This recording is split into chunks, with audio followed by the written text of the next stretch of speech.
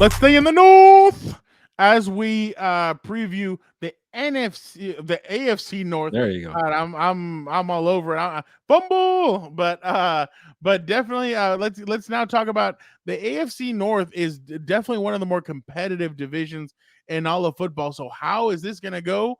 Let's talk about it, Gilbert. Let's start with the division winning Cincinnati Bengals, Gilbert. They've had some losses. They've lost starting safeties Von Bell and Jesse Bates. What does that mean for the Bengals in the draft?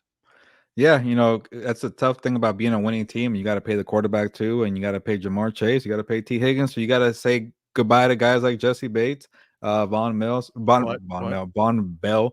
They did sign, former Ram Nick Scott, who I knew from covering the team, my 1 year covering the team. So they have a nice safety there. But that's why you're like, if you're trying to be like a good team like the Chiefs, you go and reload in the draft. And I forget where they're picking, but not probably like 28, 29, because they were a good team last year. And they also lost a Hayden Hurst, right? A tight end too, as we see there, the draft needs. So, and for now, I think there might be a couple of tight ends available if they want to get a Darnell Washington, a Luke Musgrave. Yep. I don't know if your boy will fall that far. Michael Mayer, definitely not Dalton Kincaid. So that could be an option. But I always like when teams try to pair the defense with the quarterback, and I think they're pretty solid on offense. So get some maybe a good help in secondary. But again, you don't want to get safety too high.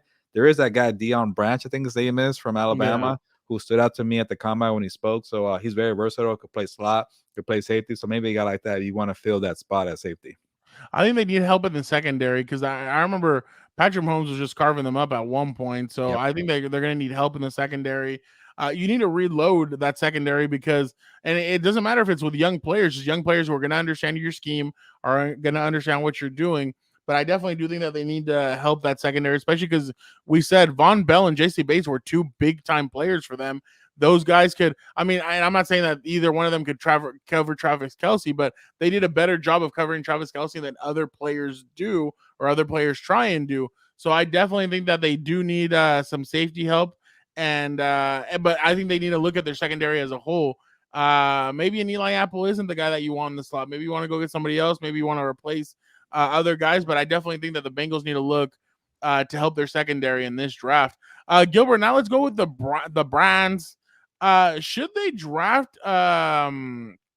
Should they draft a running back with their first pick? I know that they're talking about Kareem Hunt and that he's lost speed and that they're probably going to release him.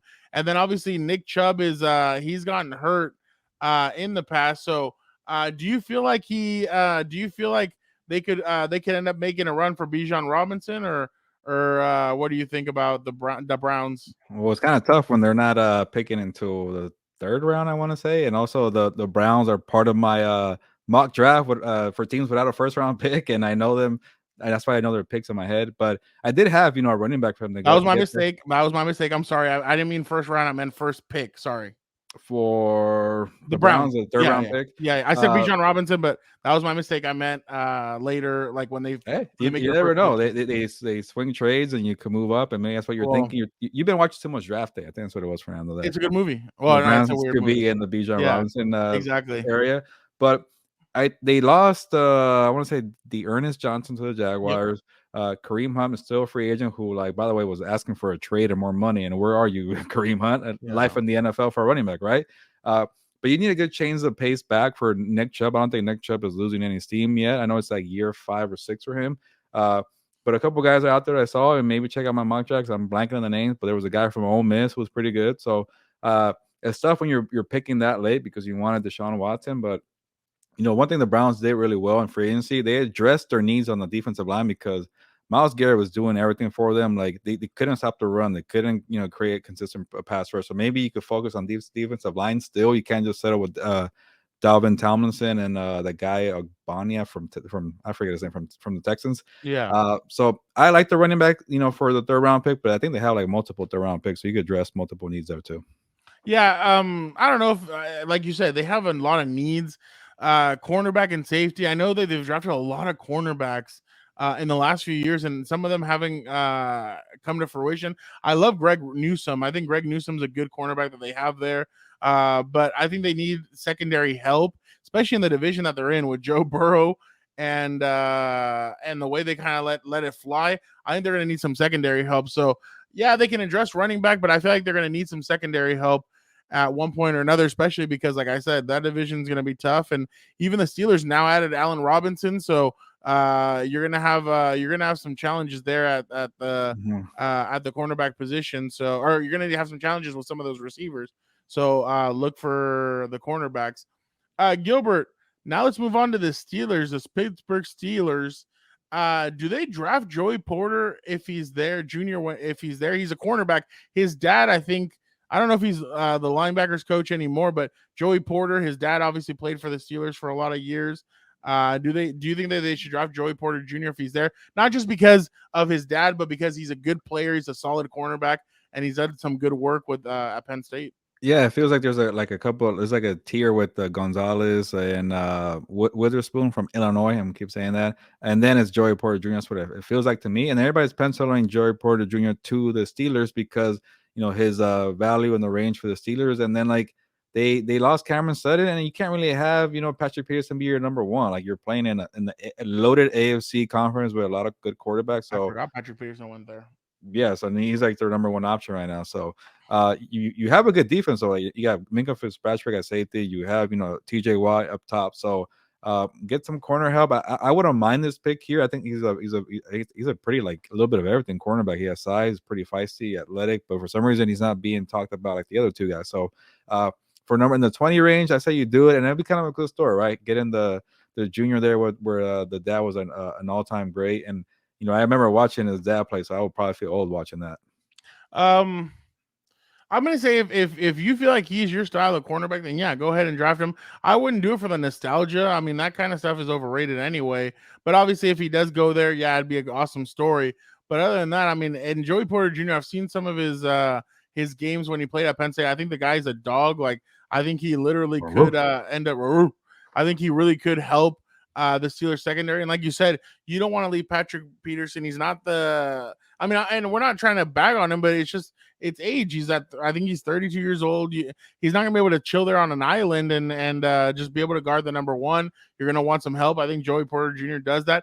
And then another thing is Joey Porter Jr. gets to learn from Patrick Peterson. That's gonna be invaluable experience that he's gonna get.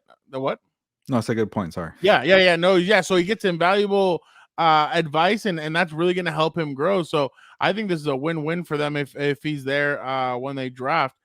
Gilbert, let's move on. A team that really hasn't been heard of very much during the offseason, the Baltimore Ravens. Oh yeah. They've been very quiet. Is this draft about getting Lamar Jackson more weapons? Yeah, because at first I thought it was like they're in a tough spot, the Ravens, because like they're not even sure Lamar Jackson's gonna come back. Like, how do you prepare for a quarterback when you don't even know his skill set? You don't know who's gonna be that guy come training camp. So when they got OBJ, it kind of feels like okay, now they're gonna operate as like they're gonna feel like Lamar's gonna be this. So you can't just have OBJ and then rely on Bateman to stay healthy. Like the Ravens like are really good at drafting, but for some reason they can't get the wide receiver right. It's really weird. They do better when they sign veteran free agents like remember Anquan Bolden or Steve Smith Sr. At the back end of their careers, but they can't draft them. But you know what? I like what the Eagles did for Jalen Hurts, and Jalen Hurts and Lamar Jackson are kind of the same quality quarterback. Athletic, good down the field thrower. So maybe like I know this guy's hands are shaky, but the guy from TCU, Johnston, people really like this guy's upside. So if we could figure out the hands part and be a down the field threat, like a kind of a Mike Williams, and also whatever you want to, the bigger receivers like AJ Brown, another guy there. I think Lamar would definitely benefit from that. But if you can't finish, you can't catch, and it might be a red flag. Yeah, and I agree with you because they have the offensive line, they have the running backs. Now it's about Lamar Jackson getting weapons. They got OBJ. I know he wanted DeAndre Hopkins, he wanted both of them, but you're gonna need, and that's the thing. Is it speed demons that he needs? Bigger receivers? That's going to be the interesting part about this because obviously OBJ has speed. Most of their guys have speed, so I'm interested to see what he could do with a bigger receiver. But I think this is it. I mean, it's if you're going to re-sign him, then it's put up or shut up. Get him all the weapons that he can, and if he still can't do it, he still doesn't make the playoffs or whatever, then you kind of know what you got. And unfortunately, there might have buyer's remorse. But if you think he's your quarterback moving forward, then sign him up and try and get him all the weapons that you possibly can, 100%. But yeah, that has just been the AFC North. We have covered it all. Don't forget, guys, please check out all the other divisions that we've covered. Be a compa, tell your compas, hey man, you're a Lions fan. Guess what? The compas were talking about your team. They were breaking them down before the draft. Please check those out. We appreciate you guys so much.